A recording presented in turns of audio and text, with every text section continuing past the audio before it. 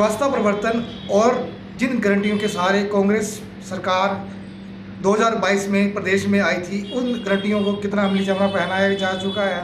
प्रदेश में law and order और सबसे बड़ी बात इंडस्ट्रियल एरिया में इंडस्ट्री के लिए क्या सुविधाएं दी जा रही है, इंडस्ट्री में क्या समस्याएं हैं। इन्हीं मुद्दों को लेकर हम प्रदेश सरकार के CPS राम कुमार चौधरी जी के साथ जुड़ने जा रहे हैं, तो और उनसे हम कई बार सवाल करेंगे। सबसे पहले अभिवादन स्वीकार करें। मैं हूं नरेश ठाकुर और आप देख रहे हैं कानूनी शिकंजा वेब TV और कैमरे के पीछे मेरा सहयोग दे रहे हैं वीरेंद्र मेहरा जी। तो दोस्तों, हमारा जो माननीय CPS जी से पहला सवाल यही है कि खनन के ऊपर विपक्ष आपके ऊपर काफ़ी जो आरोप लगा रहा है, इसके बारे में आप क्या कहना चाहेंगे? ਤਾਜ਼ੀਆਂ ਖਬਰਾਂ ਸੁਣਨ ਲਈ ਸਾਡੇ ਚੈਨਲ ਨੂੰ ਸਬਸਕ੍ਰਾਈਬ ਕਰੋ ਤੇ ਬੈਲ ਬਟਨ ਦਬਾਉਣਾ ਨਾ ਭੁੱਲੋ ਅਤੇ ਵੀਡੀਓ ਨੂੰ ਲਾਈਕ, ਕਮੈਂਟ ਐਂਡ शेयर जरूर करो।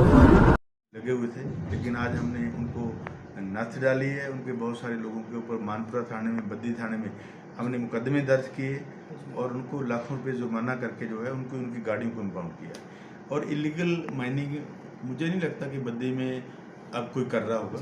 जो लाइसेंसी हैं उनको वो तो करेंगे, उनको कोई दिक्कत नहीं है। सर, आपके ऊपर एक आरोप था कि आप क्रेडिट लेने की होड़ में रहते हैं, तो इसमें कितनी सच्चाई है? किस चीज़ की क्रेडिट? जो काम होते हैं कि हमने जो काम करवाए थे उनके ऊपर क्रेडिट ले रहे हैं कि हमने पहले वो करवाए थे सर्टिफिकेट वगैरह। राम कुमार क्रेडिट नहीं लेता है, राम कुमार काम करता है। जी जी, ठीक है। उन लोगों ने 5 वर्ष में, आपको पता है कि बाढ़ खड्ड का पुल जो बड़े लक्कड़ डिपो वाला है, वो 2017 में उसका मैंने स्टोन ले किया था, कागजों में ऑन रिकॉर्ड द रिकॉर्ड है। हमारा जो बद्दी का हॉस्पिटल है उसको ठाकुर कौल सिंह जी ने हमने स्टोन ले किया था, 5 साल में वो कंप्लीट नहीं कर पाए। हमारे जो महिला थाना है 5 साल में कंप्लीट नहीं कर पाए। हमारा जो तहसील जो है हमने तैयार कर दी थी, खाली दरवाजे लगने थे, जो सरकार 4 साल में दरवाजे ना लगा पाए, वो उनसे हमने क्या क्रेडिट लेना है। और बहुत सारे ऐसे कार्य हैं जो मैंने भवन बनाए थे, वो 5 साल पूर्व विधायक और हमारे माननीय पूर्व मुख्यमंत्री जयराम ठाकुर जी उनके ही उद्घाटन करते रहे। हमने 750 करोड़ रुपए श्वेत पत्र जारी करके जो है वो राम कुमार ने हर पंचायत में बांटे हैं। हर एरिया में हमने इश्तार लगाए हैं। हमने बुकलेट इतना मोटा छपा के लोगों को दिया कि इसमें कुछ गलत है तो बताएं। BVND का बजट मैं अपने टाइम में 77 करोड़ पे लेके गया था, जो 2 करोड़ रह गया था।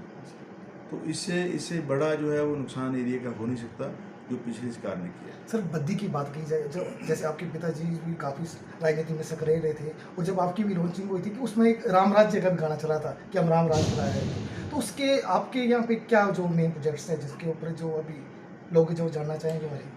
आज राम राज्य बद्दी में है। पिछली सरकार जब बनी, पिछले विधायक बने, जी जी, उद्योगों को उनकी गैंग्स बन के हर उद्योग के आगे 20-20 लोग खड़े थे। आज मैंने उद्योगपतियों से शरेआम कहा है कि जो कोई आदमी आपको एक्सप्लॉइट करता है, आप तुरंत जो FIR करें। कोई यूनियन वाला यूनियन के नाम पे पैसे लेता है, कुछ पैसे लेता है, तो उनको तुरंत आप अपनी कार्रवाई करें। पुलिस को हमने बोला हुआ है कि तुरंत आप उद्योगपतियों की रक्षा करें। एक भी उद्योग में कोई भी सिंगल आदमी भी किसी के गेट पे नहीं गया। ये राम राज्य है। सर, आपके ऊपर HUL के ऊपर जैसे हो रहा था उस टाइम टारगेट हुआ था कि HUL का जो यहाँ पे लोग जा रहे हैं, तो आप कुछ जो सरकार की नाकामयाबी है, तो उसमें आपका जब क्या पक्ष रहेगा? लोगों ने आरोप लगाना विपक्ष का काम है। जी जी, राम कुमार प्रूफ रखता है। जी जी, HUL के लिए मैं आपको ये बताना चाहूँगा, मैंने अभी क्वेश्चनियर मैंने उनको किसी आपकी मीडिया हाउस के माध्यम से भिजवाया। वो क्वेश्चनियर का उन्होंने रिप्लाई दिया। उस क्वेश्चनियर में हमने स्पेशली, इन्होंने ट्रक यूनियन की बात उठाई थी कि ट्रक यूनियन के कारण जो है वो ये जा रहे हैं, लेकिन उन्होंने अपनी कॉस्टिंग, क्योंकि जो आदमी 12,000 में 2002 में स्टार्ट हुआ था जब HUL लगी थी, तो आज उसकी सैलरी जो है 45,000 रुपये ऑन द रिकॉर्ड है। वो मेरे पास उनके सैलरी की पर्चियाँ, स्लिप्स जो हैं वो मेरे पास हैं। और उनको हमने जो क्वेश्चनियर भेजा वो मैं आपको दिखाता हूँ कि ये क्वेश्चनियर हमने भेजा, ये उनकी मेल आई है। और मेल में उन्होंने कहा कि हमारा जो है, हम इस फैक्ट्री को बंद नहीं कर रहे हैं, पहली बार इसको रीस्टार्ट करेंगे। उन्होंने उसको जो लोग थे उनको रिटायर करके अब HUL रीस्टार्ट होगी, बंद नहीं हुई है। और बीजेपी के टाइम में यहाँ से कम 400 इंडस्ट्री जो है वो मूव की है, वो बंद हुई है। हमने इन छोटे मुद्दों पे बात नहीं की है, लेकिन जो बड़े घराने हैं, वर्धमान के 1 यूनिट था, 9 यूनिट हुए, पापा MLA थे, मेरे तक बीजेपी मेरे को बताया कि बड़े बड़े ड्रामे इन्होंने किए, वहाँ के रोड शो किए, क्या एक भी इंडस्ट्री उनके पास आई है? मेरे पास आज भी 10 इंडस्ट्री की प्रपोजल मेरे पर्सनल पास है, मैंने माननीय मुख्यमंत्री जी को अवगत करवाया है, वो इंडस्ट्री लग रही है। आज नहीं, उस टाइम इंडस्ट्री पैकेज में आई, आज पैकेज खत्म होने के बाद अगर इंडस्ट्री लग रही है तो इसका मतलब है कि बद्दी में राम राज्य है। बिल्कुल सर मेरा अंतिम सवाल ये, अब आपदा का मौका चला और काफ़ी जो यहाँ पे आपदा का नुकसान हुआ है, हाँ। तो लोगों को राहत मिले उसके लिए आपकी तरफ से क्या स्पेशल? ये आपने बड़ा अच्छा मेन प्रश्न आपने पूछा। बद्दी में हमारे पिंजौर से नालागढ़ तक 4 पुल ध्वस्त हो गए हैं। उन 4 पुलों पे टेम्परेरी बेस पे इन्होंने ह्यूम पाइप से मडामाला में ट्राई किया था, वो उनका फेल हो गया। और बद्दी का पुल, कीर्तपुर का पुल, मडामाला का पुल, आगे बागवानिया का पुल, रत्ता नदी का पुल, आगे खेड़ा का पुल, इन सभी पुलों के लिए आज मैं माननीय मुख्यमंत्री से रात को मिलूंगा या सुबह मिलूंगा, तो हम उनसे बात करेंगे कि एक तो हिमाचल को नेशनल डिजास्टर जो है घोषित करवाएं, दूसरा इन पुलों को मिलिट्री के माध्यम से बैली ब्रिजेज जो है वो लगने अति आवश्यक है। और इंडस्ट्री को भी कहना चाहूँगा कि ये लड़ाई में अपनी सरकार को भी सुझाव दे रहा हूँ, उनसे मैं इसको मामले को उठाऊंगा और भारत सरकार से माननीय मुख्यमंत्री जी के माध्यम से इस मामले को मैं इंडस्ट्री एसोसिएशन के साथ लेकर उठाऊंगा और बहुत शीघ्र जो है हम इन पुलों पे बैली ब्रिजेस का प्रावधान करेंगे। सर मेरे अंतिम दूसरा, जो लोग, जिन लोगों के घर गिरे हैं, जिला सोलन में 1200 लोगों के घरों में दरारें आई हैं, लगभग 800 घर डेमोलिश हुए हैं। मेरे अपने एरिया से 125 से 150 घरों तक जो है वो गिरे हैं। उनके लिए मैं कई औद्योगिक घरानों से मैं बात कर रहा हूँ, क्योंकि प्री फैब के घर जो है माननीय उपायुक्त महोदय हमारे जो सोलन वाले हैं शर्मा जी, मनोज शर्मा जी, उनसे ही मैंने बात की है कि प्री फैब के घर जो है हम उनको देंगे। जिनकी ज़मीन घर बनाने लायक नहीं रहेगी उनको 3-3 विश्वास ज़मीन जो है डीसी लेवल से हम लोग उनको देंगे।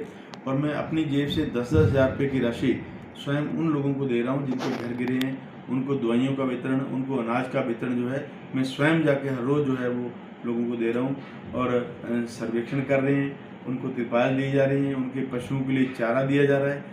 हर जो सुविधा हम कर सकते हैं उससे बढ़कर जो है हम लोग कर रहे हैं। कई एनजीओज को मैंने बोला है वो भी इसमें काम कर रहे हैं, क्योंकि इसमें सामाजिक कार्य है, सारे लोग मिलकर काम करते हैं, तब जो है वो इस ऐसे डिजास्टर से निपटा। सर जैसे ये एशिया का सबसे बड़ा हब है फार्मा का, और जो यहाँ पे फैसिलिटी है कि स्मार्ट तरीके की जो इंफ्रास्ट्रक्चर मुहैया हो, तो उसके लिए कोई रोड मैप तैयार किया गया? बिल्कुल, उसके लिए अभी आने वाले टाइम में माननीय मुख्यमंत्री जी ने पिछले 6 महीने में पूरे हिमाचल को सुंदर बनाने के लिए, पूरे हिमाचल में क्या क्या होना है उसका पूरा खाका उन्होंने तैयार किया, बड़ी मेहनत उन्होंने की है। लेकिन इतनी बड़ी आपदा आ गई, वो सारा हमारा जो है हौच-पौच हो गया। अब हम इस कोशिश में कि इसको, इन सब चीज़ों को रिस्टोर कैसे करें और रोड्स को नए मॉडल से कैसे बनाएं, सिटीज़ को नए मॉडल से हम कैसे बनाएं, शिमला में कितने लोगों को हम रखें, बिल्डिंग्स को बंद करना है, जो हमारे बड़े स्मार्ट सिटीज़ हैं उनमें कंस्ट्रक्शन को बंद करना है, वो सारी चीज़ों के विचार जो सरकार कर रही है। माननीय मुख्यमंत्री शीघ्र इस निर्णय इसमें ले। ये थे हमारे साथ रामपाल चौधरी जी, जिन्होंने बताया कि मैं बातों से नहीं काम से यहाँ पे जो राम राज्य ला रहा हूँ, और इसके जो है दूरगामी परिणाम आपको आगे भी देखने मिलेंगे। हमारे साथ जुड़ने के लिए सर धन्यवाद।